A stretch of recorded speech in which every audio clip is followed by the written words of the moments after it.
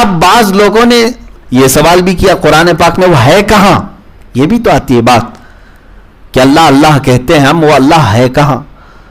تو دوسرے پاری کی آیت ہے وَإِذَا سَأَلَكَ عِبَادِي عَنِّي، اے رسول جب یہ آپ سے میرے بارے میں پوچھیں کہ ہمارا رب کہاں ہے تو آپ جواب دیں فَإِنِّي قریب، میں بہت قریب ہوں۔ قریب کا مطلب کیا ہے؟ یہ اب اللہ اس کے رسول ہی تشریح کریں۔ اس کا مطلب یہ نہیں ہوا کہ یا ہاتھ کے قریب ہے، پیر کے قریب ہے، سر کے قریب ہے، یہاں کے قریب ہے، لیکن اللہ نے اتنا فرمایا قریب ہے۔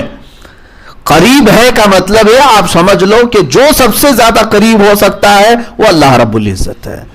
اچھا ایک لفظ ہے قریب، عربی میں کیسا ہے؟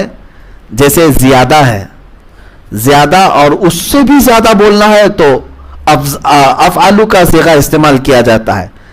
جیسے کثیر ہے اور اس زیادہ بولنا ہے تو اکثر بولا جاتا ہے۔ بات سمجھ میں آ رہی؟ کثیر ہے اس کا زیادہ کرنا ہے اور زیادہ کرنا ہے تو کیا کریں گے؟ اکثر۔ تو اب اللہ تعالیٰ نے ایک جگہ پر میں قریب ہے، میں قریب ہوں آپ کے فرما دیں، اور ایک دوسری جگہ رب تعالیٰ فرماتا ہے نحن اقرب الیہ من حبل الورید۔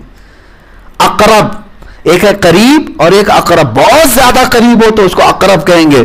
رب تعالیٰ فرماتا ہے میں تو تمہاری شہرگ سے زیادہ قریب ہوں۔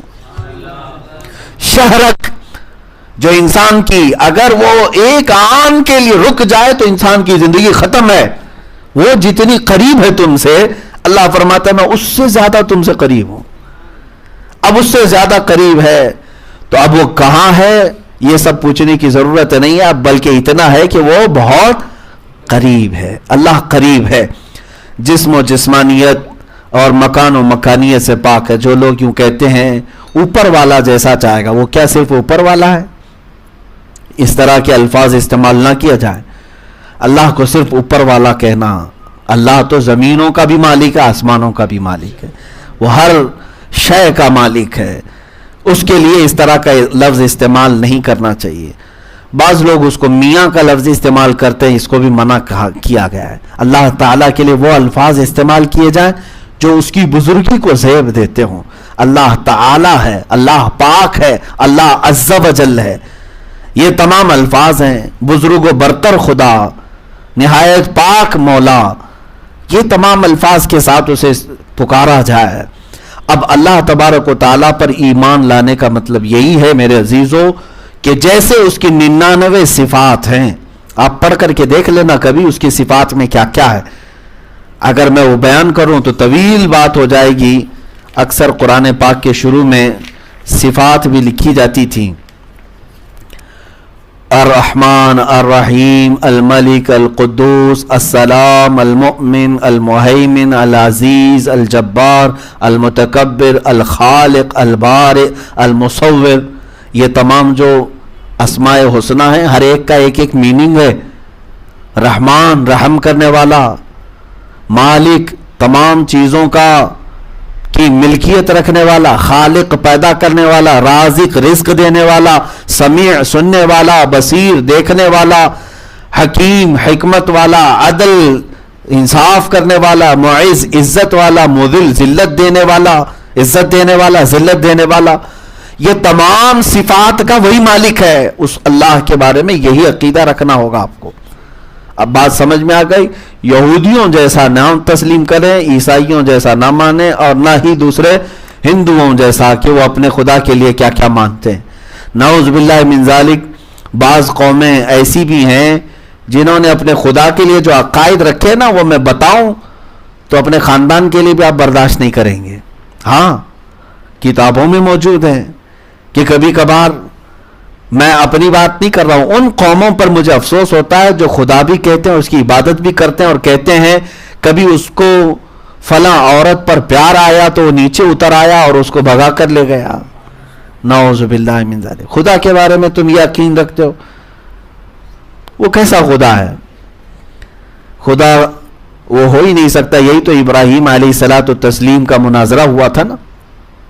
بتوں کی پوجا کرنے والے پورے گاؤں میں تھے، آپ نے بتوں کو ختم کیا، تو پھر آپ کو بلا کر کے طلب کیا گیا یہ سب کس نے کیا؟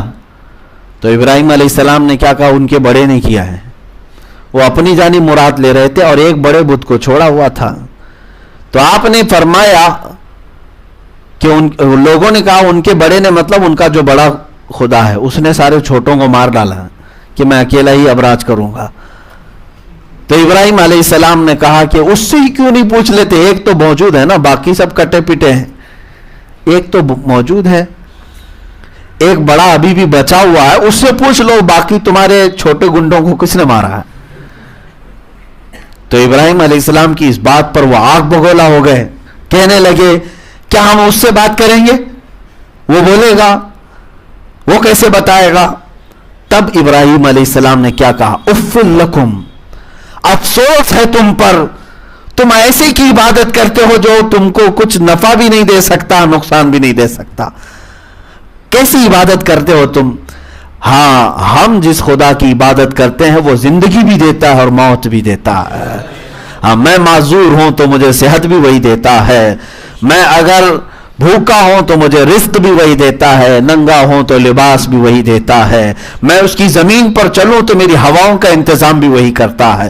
میں نے اس خدا کو سب سے برتر و بالا مانا ہے. اور الحمدللہ مسلمانوں، اپنی قسمت پر قربان جاؤ کہ جس دن تم دنیا میں آئے تھے نا، اس دن پہلے ہی تمہارے کان میں کہا تھا اللہ اکبر، اللہ سب سے بڑا ہے. جس نے بھی تمہارے کان میں اذان دی ہوگی، سب سے پہلا جملہ تم کو یہی کہا گیا ہے، اللہ سب سے بڑا ہے، اللہ سب سے بڑا ہے. اور جب تم مرو گے تب بھی تمہاری میت پر امام کیا کہے گا؟ اللہ اکبر. آئے تھے اس کو ہی بڑا کہتے ہوئے، گئے بھی ہیں تو اس کو ہی بڑا کہتے ہوئے. ہم دنیا میں کسی اور بڑے کو نہیں مانتے، میرا اللہ ہی بڑا ہے، میرے پیدائش کے دن بھی اور میری موت کے دن بھی. تو یہ زندگیوں میں کسی اڑے بڑے کی بات کیوں؟ پھر ادھر ادھر کا خوف کیوں؟ کسی اور کے سامنے پیشانی کیوں جھکے؟ جب تم دنیا میں آئے تھے اللہ اکبر کہتے ہوئے جانا بھی ہے، اللہ اکبر کہتے ہوئے. تو انشاءاللہ العزیز اس بات پر اگر تم اڑے رہو گے تو پھر بہت سارے بڑے بڑے آپ کے سامنے گڑے ہوئے ہوں گے انشاءاللہ العزیز. کیوں؟ اللہ تبارک و تعالیٰ کو جس نے اعلیٰ اکبر کہا اس کے متعلق ہے لا خوف علیہم ولا ہم یحزنون. اب ان پر دنیا کا کوئی خوف نہیں ہوگا اور آخرت میں ان کو کوئی